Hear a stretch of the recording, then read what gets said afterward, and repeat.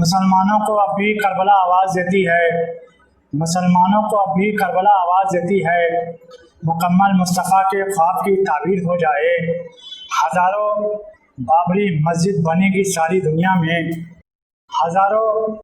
बाबरी मस्जिद बनेगी सारी दुनिया में, मज़ार फ़ातिमा ज़हरा अगर तामीर हो जाए, हज़ारों बाबरी मस्जिद बनेगी सारी दुनिया में, मज़ार फ़ातिमा ज़हरा अगर तामीर हो जाए। आइए हज़रात, इसी एक मतले एक शेर के साथ मैं बड़े ही अदब तमाम के साथ गुज़ार हूँ आली जनाब मौलाना सैयद अब्दुल्ला आब्दी साहब, जो इस वक्त नजफ़ अशरफ से ताल्लुक़ रखते हैं, आपके सामने तशरीफ़ ला रहे हैं जनाब मौलाना अब्दुल्ला आब्दी साहब नजफ़ अशरफ से। अऊज़ु बिल्लाहि मिनश शैतानिर रजीम, बिस्मिल्लाहिर रहमानिर रहीम, वसल्लल्लाहु अला सय्यिदिना मुहम्मद व अला बैतिही तय्यबीन ताहिरीन व लअनतुद दाइमतु अला आदाहिम अजमईन, अम्मा बाद। जैसा कि नाज़रीन इकराम जानते हैं कि रोज़े इन्हिदाम जन्नतुल बकी कि जो कि 8 शव्वाल को सारी दुनिया में मनाया जाता है, और ये वो दिन है कि जिसको यौम सियाह के नाम से याद किया जाता है। इस दिन को यौम सियाह क्यों कहा जाता है? इसलिए कि आज ही के दिन आले सऊद कि जिसको आज सारी दुनिया ममलकत सऊदी अरबिया के नाम से जानती है, 8 शव्वाल सन 1344 हिजरी में हुकूमत आले सऊद ने मुसलमानों के वो मज़ारात, वो तमाम मुक़द्दस मकामात कि जहाँ न सिर्फ अहले बैत रसूल अलैहिस्सलाम की क़ब्रें थी, उनको मिस्मार किया, मुनहदिम किया, बल्कि साथ साथ में उस पूरे कब्रस्तान में कि जिसको कब्रस्तान जन्नतुल बकी कहा जाता है, और ये दुनिया का बहुत ही मशहूर और मारूफ कब्रस्तान है कि जहाँ न सिर्फ ये कि रसूल के घर वालों की कब्रें थी, बल्कि जहाँ रसूल के अज़वाज, असहाब और रसूल के रिश्तेदारों की कब्रें थी। यूँ तो तारीख़ जो आले सऊद की तारीख़ नजद हिजाज अगर देखें, मौलाना अब्दुल क़य्यूम क़ादरी साहब की एक मशहूर किताब है, अहले सुन्नत की जो बहुत ही मशहूर किताब है कि जिसका नाम तारीख़ नजद हिजाज है, उसमें भी मिलता है कि 2 मरतबा मदीना मुनव्वरा पर हमला किया गया। एक जो है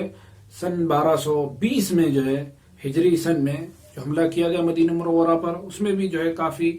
अफराद का कत्ल किया गया, उलमा को कत्ल किया गया, खुद्दाम को कत्ल किया गया और आम लोगों को कत्ल किया गया। और दूसरी मरतबा फिर यहूदियों के हुक्म और ईमा पर आले सऊद ने दोबारा फिर मदीना मुनव्वरा पर हमला किया, और न सिर्फ ये कि हमला किया बल्कि वहाँ तमाम कबूर को मुनहदिम किया गया, हत्ता कि वो घर के जिसमें पैगम्बर अकरम सल्लल्लाहु अलैहि वसल्लम की विलादत हुई थी, उस घर को भी मुनहदिम किया गया। आपके तमाम आमाम यानी रसूल के जितने चचा है उनके घरों को, और वो तमाम आसार के जिसका ताल्लुक रसूल से था, उन सब को मुनहदिम किया गया, ढाया गया और मिस्मार किया गया। और ये जो जुल्म और ये जो सितम आले सऊद ने दरअसल यहूदियत की ईमा और इशारे पर किया था, ये एक साजिश थी जो यकीनन आलम इस्लाम को जानना चाहिए, समझना चाहिए कि वो साजिश कि जिसको सारी दुनिया में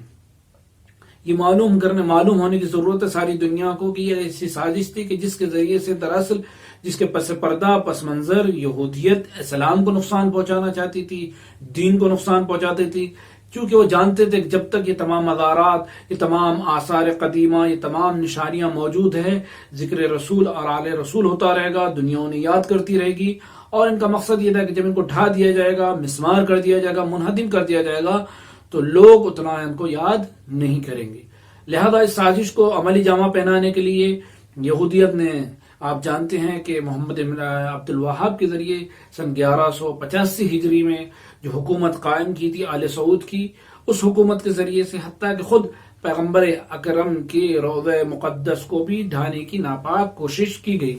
लेकिन खुदा का शुक्र है कि सारी दुनिया के मोमिनीन के एहतजाज ने, बिलखुसूस बर्र सगीर के एहतजाज ने उनकी तमाम काविशों को, इन साजिशों को जो है रोक दिया, और इनकी तमाम जो नीयतें थी, बुरी नीयतें, उनको पूरा होने नहीं दिया। और अल्हम्दुलिल्लाह रोज़ा रसूल आज भी मौजूद है, गुंबद खुजरा आज भी मौजूद है। लेकिन अफसोस का मकाम यह है कि उसी रोज़ा रसूल के पास आज रसूल के घर वाले, रसूल के आइज़ा, रसूल के अकारिब, औलाद रसूल, अज़वाज रसूल, असहाब रसूल की कब्रें मिस्मार हैं और एक वीरान कब्रस्तान की शक्ल में है। आज भी अगर आप मदीना मुनव्वरा की ज़ियारत के लिए जाते हैं तो आप देखते हैं कि उस जन्नतुल बकी के वीरान कब्रिस्तान में टूटी پھوٹی اور مسمان قبریں ہیں کہ جو چیخ چیخ کر عالم اسلام سے کہہ رہی ہے کہ کیا یہی رسول کی محبت کا صلہ ہے، کیا یہی رسول کی اجرت اور آپ کی زحمتوں کی جو ہے قیمت ہے کہ جو عالم اسلام اس صورت میں پیش کر رہا ہے۔ اور ہم اگرچہ آج ہمارے پاس اتنی قوت نہیں ہے، طاقت نہیں ہے کہ ہم روضے کی تعمیر کر سکے، لیکن کم از کم آج ہم اپنی آواز بلند کر سکتے ہیں، آواز احتجاج ساری دنیا میں بلند کریں اور دنیا کو یہودیت اور سعودی کی ظلم و ستم، ان کے مکر و فریب، اور آج سے 100 سال تقریباً ہونے کو آئے ہیں کہ جو سازش اور جو تمام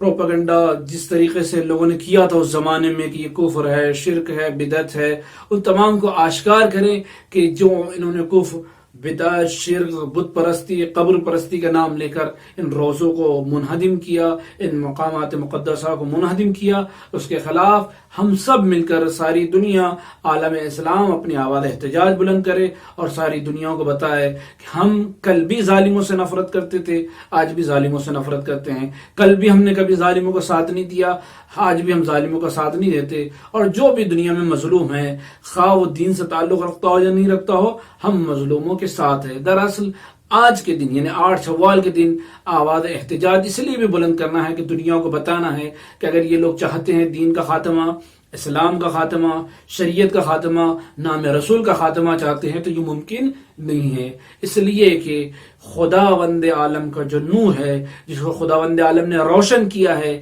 نہ تو آج سعودیت میں اتنی طاقت ہے، نہ آج یہودیت میں اتنی طاقت ہے، اور نہ دشمنان اسلام میں اتنی طاقت ہے کہ وہ نام خدا، نام رسول، نام اہل بیت کو مٹا سکتے ہیں۔ اس لیے کہ اس نور کو خداوند عالم نے روشن کیا ہے کہ جس کو خاموش نہیں کر سکتے۔ اسی لیے کسی نے بہت اچھا شعر کہا ہے کہ نور حق شمع الہی کو بجھا سکتا ہے کون، جس کا حامی ہو خدا اس کو مٹا سکتا ہے کون۔ اس لیے کہ اس شمع کو خداوند عالم نے روشن کیا ہے، لہذا چاہے یہ جتنی کوشش کر لیں اس کو خاموش نہیں کر سکتے، لیکن پھر بھی ہماری ذمہ داری یہ ہے، چونکہ ہم ان کے ماننے والے ہیں، ان کے پیروکار ہیں، ان کے دین کو ماننے والے ہیں، لہذا ہماری اپنی محبت کا تقاضا ہے کہ ہم 8 شوال کے دن ان کے سیاہ کارنامے کہ جو یہودیت